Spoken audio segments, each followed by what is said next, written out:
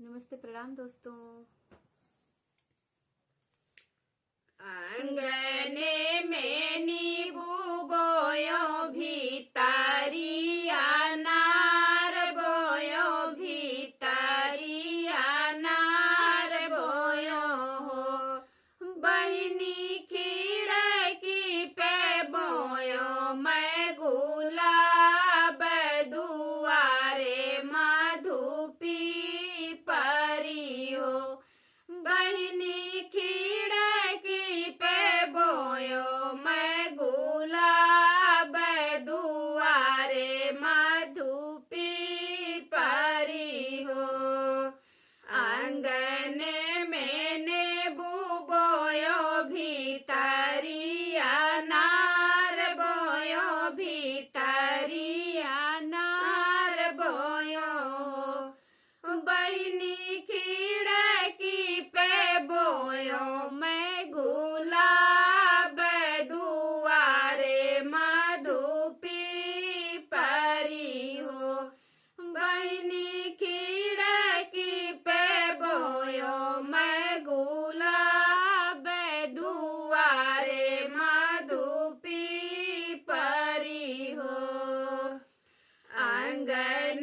में नींबू सींचो भीतरिया नार सींचो भीतरिया नार सींचो हो बहिनी खिड़की पे सींचो मैं गुलाब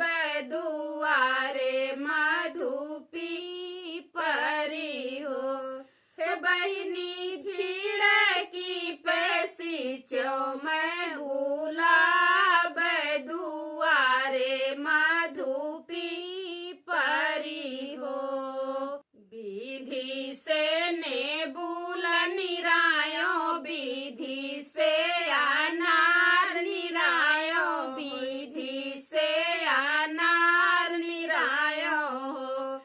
बहिनी विधि से निरायो मैं गुलाब विधि मधुपी परी हो हे बहिनी विधि से निरायो मैं गुलाब विधि मधुपी परी हो आंगन में नेबुल फूल भीतरिया नार फूल भीतरिया नार फूल हो हे बहिनी मह मह मह के गुलाब फूल मधुपी परी हो हे बहिनी मह मह मह के गुलाब फूल मधुपी परी हो आंगन में नेबुल फर भीतरिया नार फर भीतरिया नार फर हो हे बहिनी खिड़की पर सो है गुलाब भाव मधुपी परी हो हे बहिनी खिड़की पर सो है गुलाब भाव मधुपी परी हो आंगन में नींबू चाख्यों भीतरिया नार चाख्यों भीतरिया नार चाख्यों हो हे बहिनी खिड़की पे सूंघ्यो मैं गुलाब चाट्यो मधुपी परी हो हे बहिनी खिड़की पे सूंघ्यो मैं गुलाब चाट्यो मधुपी परी हो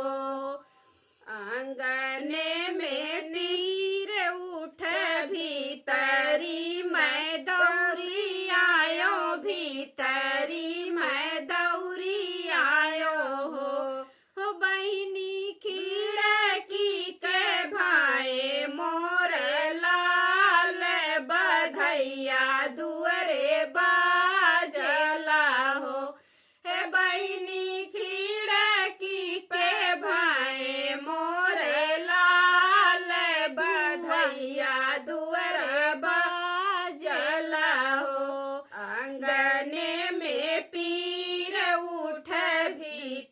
भीतरी मैं दौरी आयो भीतरी मैं दौरी आयो हो